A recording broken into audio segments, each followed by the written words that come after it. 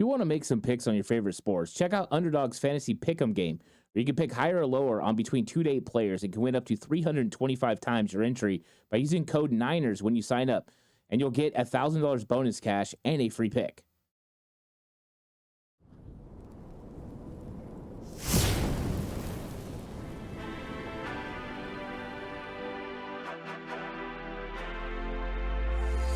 From the alley-oops at Keysar to the glory days at the stick. From who's got it better than us to brick by brick. It's always the 49ers way, from off-season to game day. Yeah, we talk back. It's the 49ers cutback.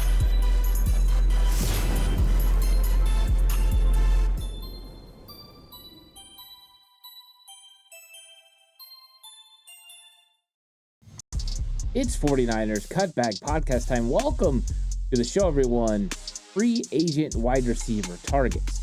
This wasn't a video that I was really planning to do right now. I had kind of put it on the back burner because I didn't feel like wide receiver was a big enough need for the San Francisco 49ers in 2025. It could be a need. You might needed to add somebody to the end of the roster, maybe to be wide receiver 6 if you were looking to have 6 on the team, but you already signed Isaiah Hodgins, so maybe that was the guy. How did you feel about, the end of the roster? Did you feel comfortable with Jacob Cowing? I thought that those were things the 49ers could address, whether that was draft or free agency with, somebody that wasn't one of the early free agent signings, but late, down the road a little bit.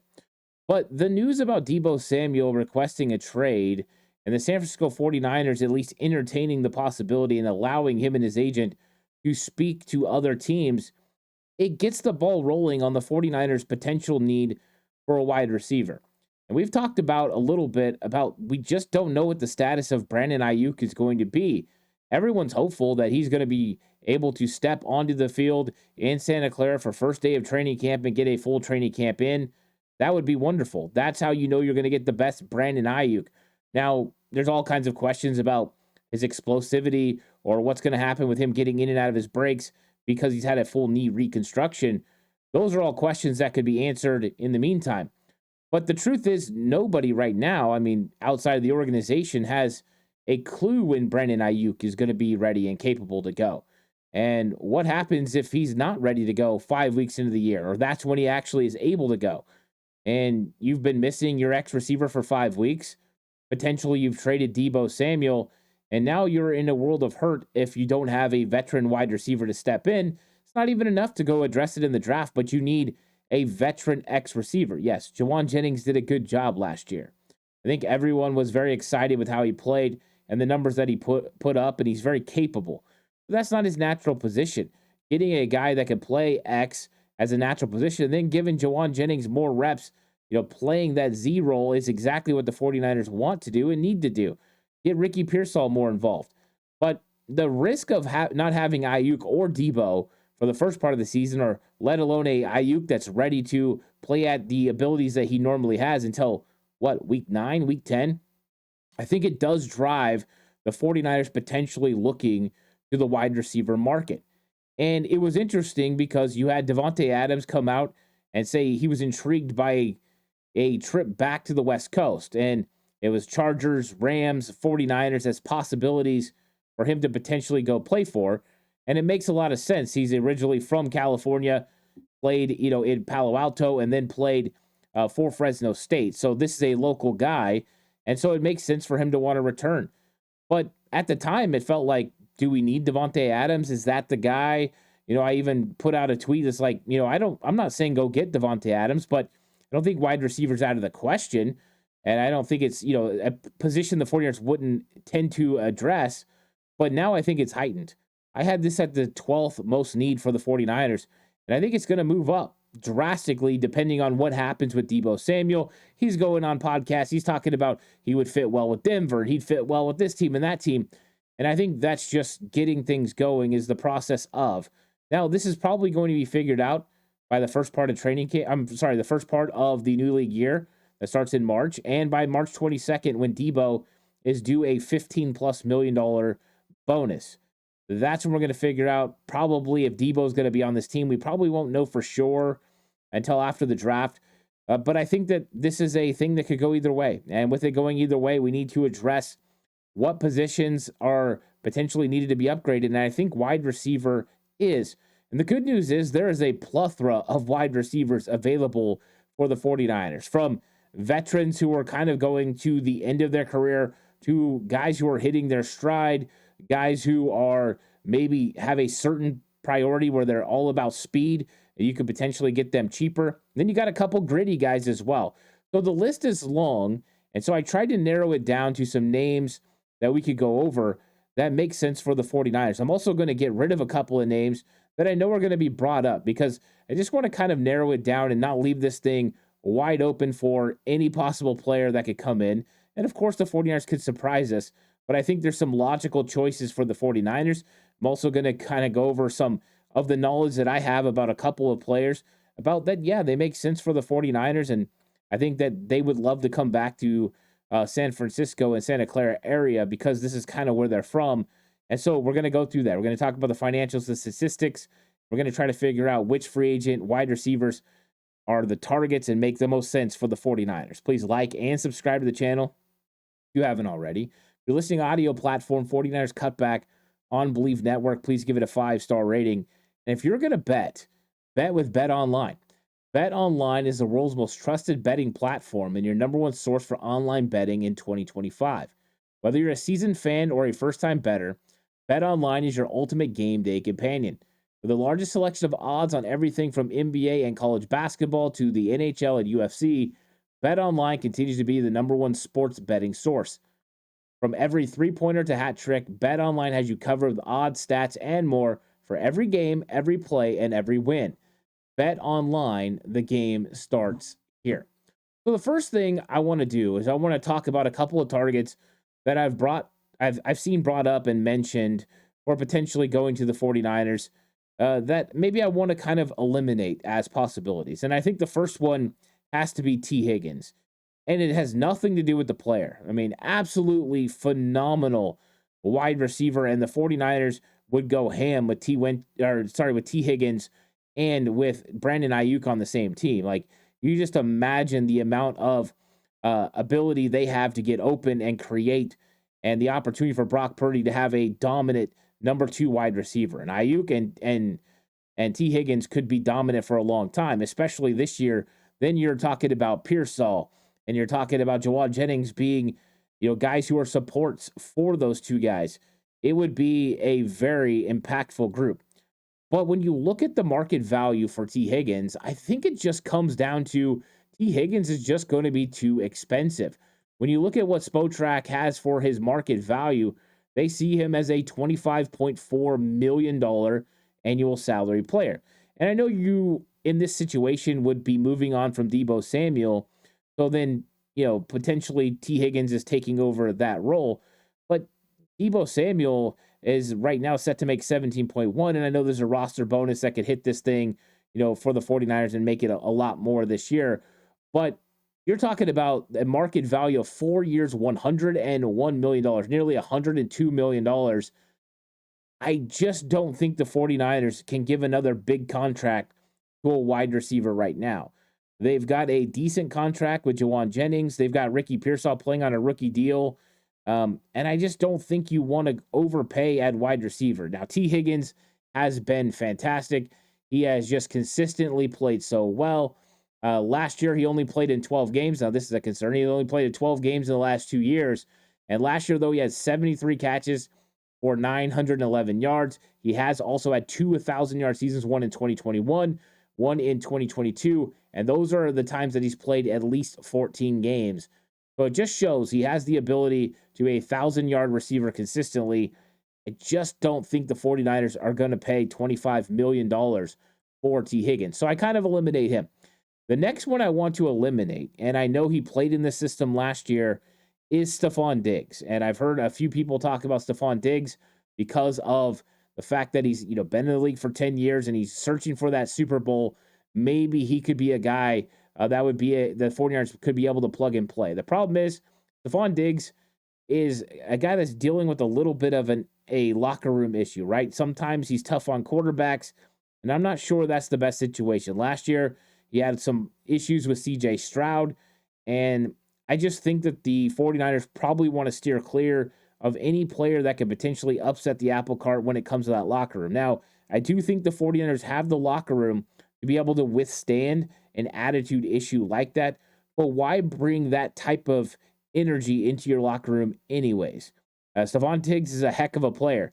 Now, he did come off an injury, which would also make him probably a little less likely for the 49ers. At the time of his injury, he had played 8 games. He had 47 catches and 496 yards, well on his way to 1,000 yards. And when you look at Stephon Diggs, it's just 1,000-yard season after 1,000-yard season starting in 2018.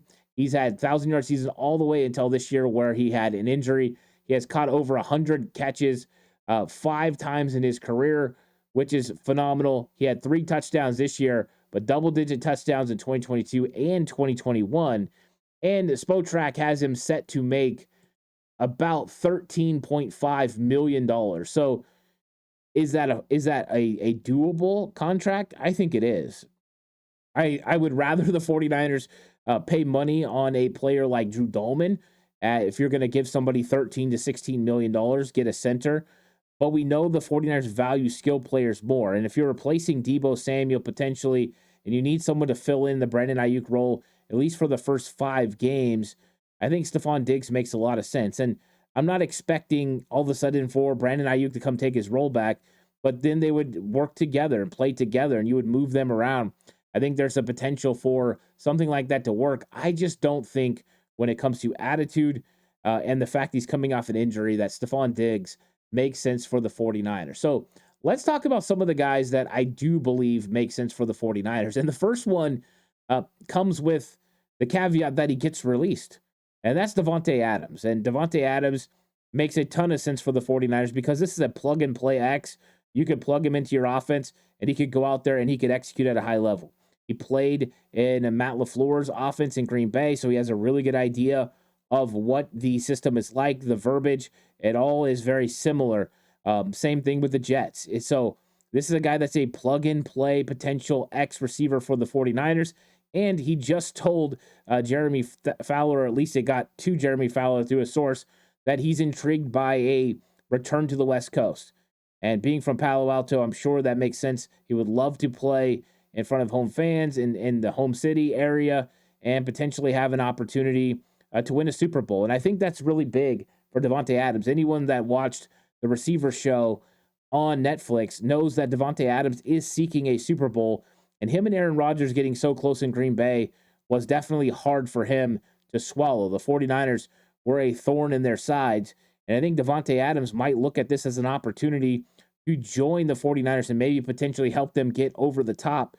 So he said Chargers, Rams, 49ers. That means the 49ers are in the mix. And I don't know what the market value would be for Davante Adams, but it could be an opportunity for the 49ers to maybe get him on a 1-year deal cheap, where he wants to come in, and I'm not saying cheap like $5 million. I'm talking cheap like 15 to 20, but he comes in with the thought process of let's go win a Super Bowl, and then we'll reevaluate where I go after this. But you're talking about a guy that's nearly 33 years old, but can still do it at a high level. So I think he's probably one of the guys that is the most intriguing for everyone that looks at how a player will fit within this offense, because he can do it all. You want him to play X, he can handle that. You need him to play the Z role, he can handle that. You can move him around, you can put him in the slot, and he can execute from wherever and win one-on-one matchups, which could be a trend the 49ers go to if they pivot away from Deebo Samuel type player. And maybe that's what they need, right? Ricky Pearsall, a guy that can win against man coverage. Brandon Ayuk, a guy that can win against man coverage. Shockingly, Jawan Jennings does a pretty good job too, even though he's slower getting in and out of his breaks. So I think there's a possibility for Davante Adams to come to San Francisco. I think it makes sense for both teams, and that's one of the big priorities. Now, the holdup is the Jets still have to release him. Now, they're probably going to. They don't want to pay him $36 million this year, $38 million next year. So it's likely that Davante Adams will not be traded, but will hit the open market. And I think in that case, the 49ers are players. Now, depending on what happens with Deebo's contract, it may make it a little bit more difficult to pay Davante, but we've seen the 49ers be wizards when it comes to using void years and being able to maximize spreading that money out, especially prorating signing bonuses. So maybe they could figure it out when it comes to Devontae Adams. Now, next up on the list has to be somebody that the 49ers were in conversations to trade for last year, and that's Amari Cooper. And so Amari Cooper is 30 years old. He'll by the end of the next season, he'll be 31. And he got traded to the Buffalo Bills during the season. But the conversation between the 49ers and the Cleveland Browns almost came to a completion where it looked like Brandon Ayuk was going to get traded to the Cleveland Browns for Amari Cooper and a second round pick. That almost happened. So this is something that would have been really good for the 49ers potentially. Now, Amari Cooper's been a great wide receiver. So now that he's a free agent, the 49ers could theoretically get him on, a modest deal. And now that he's over 30 years old, a modest deal, Spotrac says, is 2 years, $28 million or $14.2 million per year, which I think is a very comfortable veteran contract for the 49ers, especially if they need someone to step in early on in the season for Brandon Ayuk, but then could play opposite him. And I know a lot of people are going to like, hey, we need Jawan out there and we need Pearsall out there. And that's true, but we have plenty of time and plenty of snaps to be able to get all those guys on the field. And I think early on when Brandon Ayuk comes back, whether he comes back during training camp or he comes back during the season, he's going to need time to be able to get more comfortable being back in this offense and get his legs underneath him. You're not going to want him to play as many snaps. So you got to slowly work him back in, and being able to have three very consistent wide receivers, I think, would help with that. And Amari Cooper has been very productive over his career. Now, it wasn't the best best season for him in 2024. Between his time in Cleveland and his time in Buffalo, he only had 44 catches for 547 yards and 4 touchdowns, but he also played way less snaps. So the 2 years prior, his 2 years in Cleveland in 2022 and 2023, he was over 1,000 yards, receiving over 70 catches in both seasons. And in 2022, he had 9 touchdowns, and in 2023, he had 5. So been a very productive wide receiver in his career. He's had 5 1,000-yard seasons, just 2 times that he didn't eclipse that mark. That just proves how consistent he's been and how good he's been. So this would be a real option. And I think $14 million per season is pretty affordable overall. And yes, that is expensive. I'd rather have somebody under 10. But when you're thinking about the production you're going to get from a guy like Amari Cooper, a guy that can win in man coverage, that's exactly what the going rate is going to be for one of those guys. And that's why the 49ers could potentially be interested in him, because they were interested in him in the trade deadline, or before the season, the trade for Brandon Ayuk last year. Now, another one that I brought up on the show yesterday is Brandon Cooks.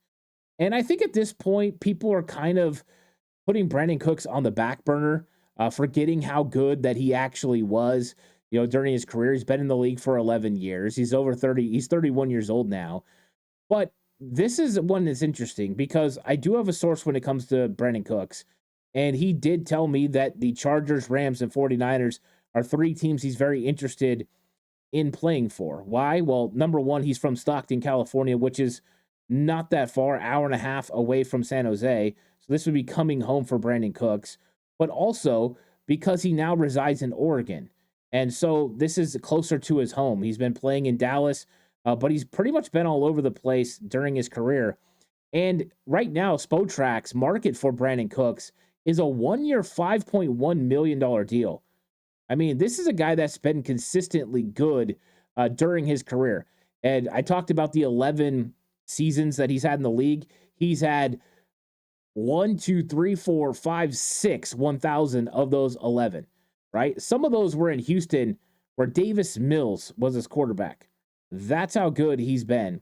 He's just been really, really good this season, really, really good in his career. Now, he had a down season last year, and really his numbers have fallen off since his time in Dallas.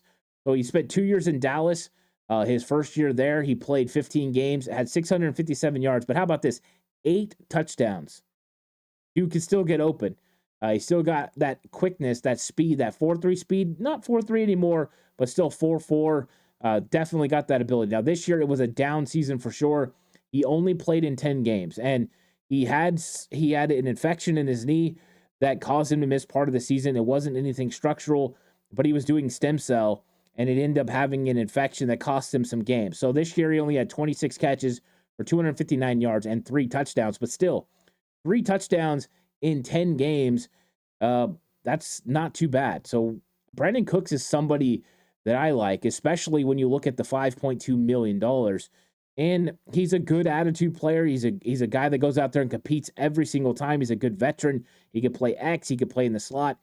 To me, this would make a lot of sense for the 49ers, especially if you're looking for somebody that can generate separation on their own, that's played in a lot of big games. He played in the Super Bowl with the Patriots. He was on the Rams during their Super Bowl run. This is a guy that's played in big-time games and made big-time plays in those games.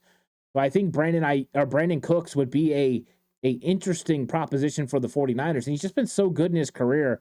Why not give him a call, especially since it would be like coming home? And I think he would be interested in doing that because someone heard that he would be interested in doing that, right? So I think that's Brandon Cooks is one of those guys. Now let's talk about some veterans that are kind of in the same category real quick. So the first one is Chris Godwin. And I don't think Tampa Bay is going to let Chris Godwin get away. But I think if he is going to get away, I think it's going to be to Jacksonville with the strange Duval coach. And I think that there's a potential he goes there. But this is another guy that's going to get paid still. He's only been in the league for 8 years. And the market value, according to Spotrac, is 3 years, $67.5 million or $22.5 million per year. I think that one's a little too high for the 49ers. So that's why I don't think Chris Godwin, even though it would be phenomenal, physical, I mean, really just a great receiver. In those eight seasons, he's had 4 1,000-yard seasons, a couple times right on the fringe. He's a red zone monster.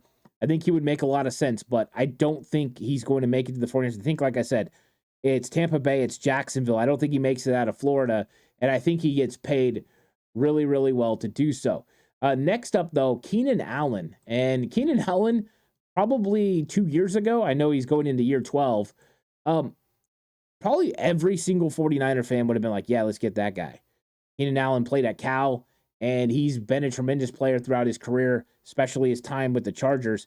But he goes to Chicago, and he really had a lackluster season for Chicago Bears. He did catch 70 passes for 744 yards and 7 touchdowns, but it didn't feel very Keenan Allen. Now, if you're telling me we're adding Keenan Allen to the offense, I would say he's going to find ways to get open, and he's going to be a problem.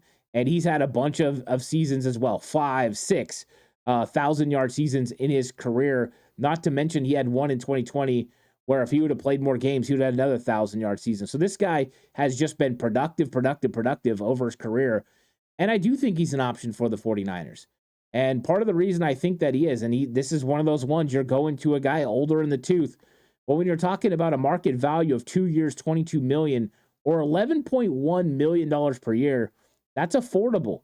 Not as affordable as Brandon Cooks, $5.1 million market value. That would be tremendous for a key veteran player that can create separation using his speed, but just great route running and is a monster after the catch, by the way. I got to mention that about Brandon Cooks. But Keenan Allen is a guy that just consistently makes big catches and big plays. I know he didn't do it in Chicago, but I think that he could do it again. I mean, he's just been so good throughout his career. And I think that, him coming back, he played at Cal, coming back to this area would be a good thing for him. I think he would fit very nice. And I think that there's a lot of players that are going to really, or a lot of teams that are really going to want his services. And he could be a key player for the 49ers, even though he's getting old. This is one of those get you over the hump type moves. A veteran that helps you out, bridges the gap until you can get another young player in there and help your football team. So Keenan Allen could be an option for the 49ers, one of those key veterans. Another one is DeAndre Hopkins. And DeAndre Hopkins just played for the Kansas City Chiefs. And there was a time when the 49ers weren't interested in DeAndre Hopkins. I remember DeAndre Hopkins was pretty offended. He wanted to come to San Francisco. They reportedly said no. Well, he was traded during the season to the Kansas City Chiefs from the Tennessee Titans. And I think when that happened, it revitalized DeAndre Hopkins. Now, I was one of the ones that was a fan about bringing him over during the season. The 49ers needed that after the Ayuk injury. But I think DeAndre Hopkins, well, got Devontae stuck on the brain, but DeAndre Hopkins is a interesting one because I thought he was pretty productive when he played for the Chiefs this year, but I didn't think is as productive as what his market value is. So his market value this year is 1 year, $15 million. I think if you could get him to 1 year, $11 million, a lot like you were looking at, for some of the other guys like Keenan Allen, I think that makes more sense. I think 1 year, 15 might be a little bit rich, but something a little bit cheaper. He still proved that he could get open. He could still make catches. And he's still a valuable player. Now, I would choose lots of guys over DeAndre Hopkins. I would rather have Devontae Adams, Amari Cooper, Brandon Cooks, Chris Godwin, Keenan Allen, all those guys I'd rather have over DeAndre Hopkins. But if you're looking for somebody and maybe his market doesn't develop, maybe you go ahead and go there. He has still had a lot of really good seasons in his career. He's had a lot of 1,000-yard seasons. I think he's coming to the other end of that, even though he is coming off his 2023 season where he has 75 catches for over 1,000 yards and 7 touchdowns, which was pretty darn good still. Productive, even though he didn't have a quarterback in Tennessee. I just would put him kind of a little bit lower on the list when it comes to wide receiver. Now, here's a younger guy that's probably going to get a lot of people talking this offseason, and that's Darius Slayton. He's 28 years old. He's played 6 years in the league with the New York Football Giants. And, he's a guy that has often been thought of when it comes to a potential 49er landing spot. Now, when it comes to salary, I didn't think he was going to be that expensive. So when I put him on the list, I was thinking, okay, you could probably get this guy for, $10 million a year. He's a guy that can stretch the field, make some key catches, maybe elevate his game playing for Kyle Shanahan in this system. And then I looked at Spotrac and what the market value was, and he gets brought up a ton when you're talking 49ers. A lot of people always talk about Darius Slayton, but 2 years at $31.7 million or $15.9 million per season. I think that's a little rich. And I do like the fact that he's 28, but on this side of 30, is that worth the extra money?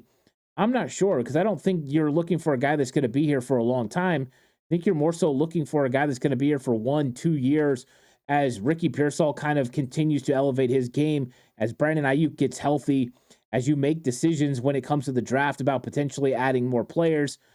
So to me, I just don't know. I think it's a little bit steep when it comes to a contract for Darius Slayton. So when I came in thinking I was going to be very much pro Darius Slayton, at these numbers, I'm not. Now, I think if it was 2 years, $20 million, then yeah, I'm in on Darius Slayton. The ability to stretch the field could be much needed for the San Francisco 49ers. We've heard Kyle Shanahan talk about having that vertical threat and being able to open up the offense that way, and that helps. Right now you've had the horizontal offense with Deebo Samuel, but the vertical offense hasn't been something the 49ers have hit well on. They've had moments where you thought they were going to do that, right? They drafted Danny Gray, never worked out. They had Marquise Goodwin. They had the occasional deep pass down the field. Maybe that wasn't the best, kind of matchup with Jimmy Garoppolo. He wasn't really a deep ball thrower. Now, Brock's been more efficient and effective down the field, and we've seen them take the top off a little bit this year. But is Jacob Cowling going to be that guy, or you still need a vertical threat? I think that's one of the most interesting things the 49ers have to figure out. I would guess that they're still looking for a vertical threat that can block, because right now Cowling hasn't proven he can block. He's proven he's a good catcher of the football. He could get open from time to time, but I think there's a lot of development that needs to go there. I think they need to hedge their bets that, there's a potential they could do something out. Now, a couple of guys I want to mention, or a few guys I want to mention that could be sort of speed guys or back of the roster guys. I'm going to start with one speed guy, and that's Marquise Brown, or Hollywood Brown. And yeah, Hollywood Brown was with the Chiefs this year. He's only 27 years old. He'll be 28 years old when the season starts. I've already heard the Buffalo Bills are potentially interested in him. But when you're talking a guy that's experienced at taking the top off the defense, Hollywood Brown is one of those guys. Now, injuries could scare the living bejesus out of you, because he did not play very many games this season. And in fact, he only played 45 snaps and then the playoffs. He had 9 catches for 91 yards. You look at the production over the last couple of years in Arizona, he's only had one 1,000-yard season. That was when he was with Baltimore. it hasn't been a real productive Hollywood Brown career. But if you're looking for him for a particular role and you want somebody that could take the top off that's already talented enough, that's proven he could do it, Hollywood Brown's one of those guys. Now, he's super thin. I don't think he's going to block very well. But here's an interesting thing. He also has the same agent as Debo Samuel. So that could be interesting as well. Debo goes out, Marquise Goodwin goes in, somebody that can stretch the field. I'm not very high on that one. Marquise Brown. I said Marquise Goodwin, but I'm not really high on that one. Now, one of the names, these are back end guys that I am potentially interested in. And this one will probably frustrate some people. But the 49ers were actually interested in him a couple of years ago when he became a free agent. And that is Marquez Valdez-Scantling. And I get it. He dropped a lot of footballs when he was with the Jets. And he's dropped a lot of footballs throughout his career, especially when he was with Kansas City, right? It wasn't good. But when he went to New Orleans this year, he was making plays down the field. Whether it was Derek Carr or it was Spencer Rattler, it didn't matter. They were throwing bombs to Marquez Valdez-Scantling. And that speed is still real. This guy could take the top off. And the reason that I bring him up is he makes a lot of sense in the fact that he's played in the system twice. Once in Green Bay, right? That system is pretty close to the 49ers.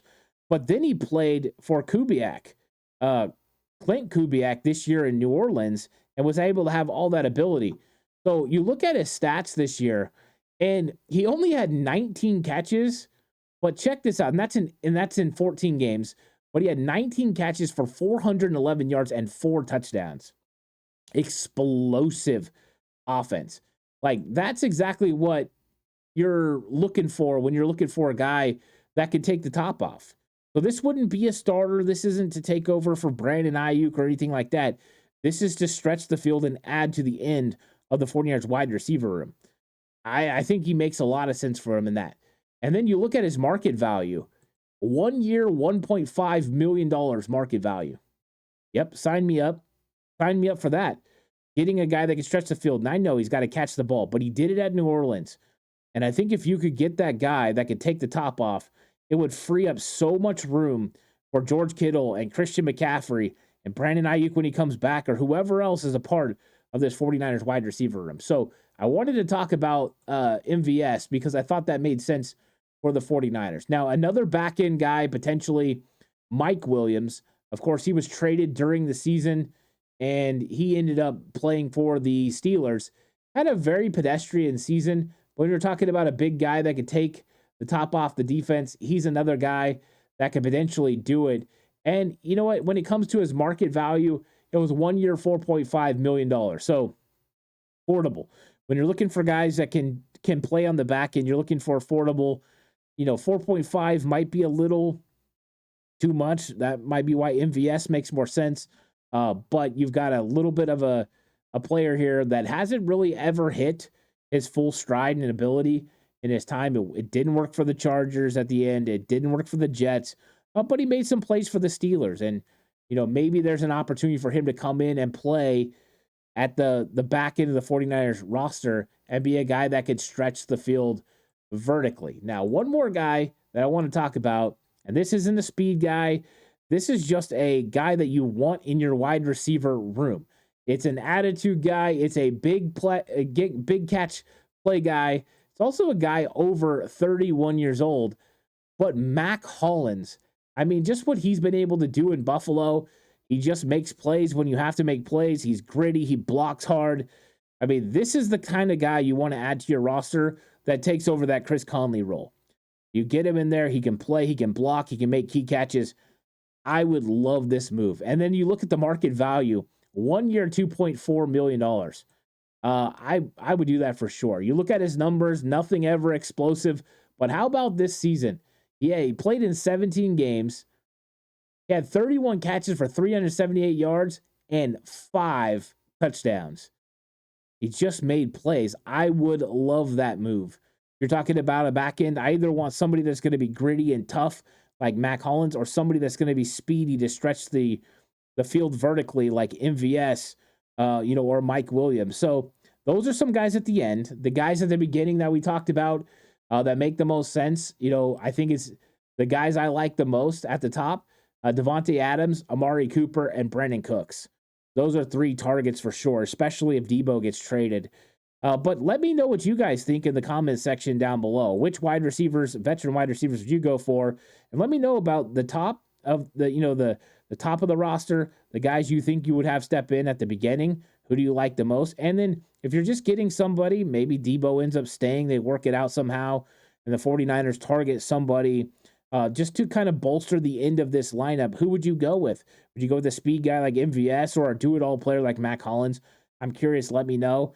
Please like and subscribe to the channel if you haven't already. I really appreciate it. If you're listening audio platform 49ers Cutback on Believe Network, please give it a 5-star rating. This episode is brought to you by Bet Online. The game starts here. I'll catch you guys in the next one. Until then, stay safe. Remember, the right way is always the 49ers way.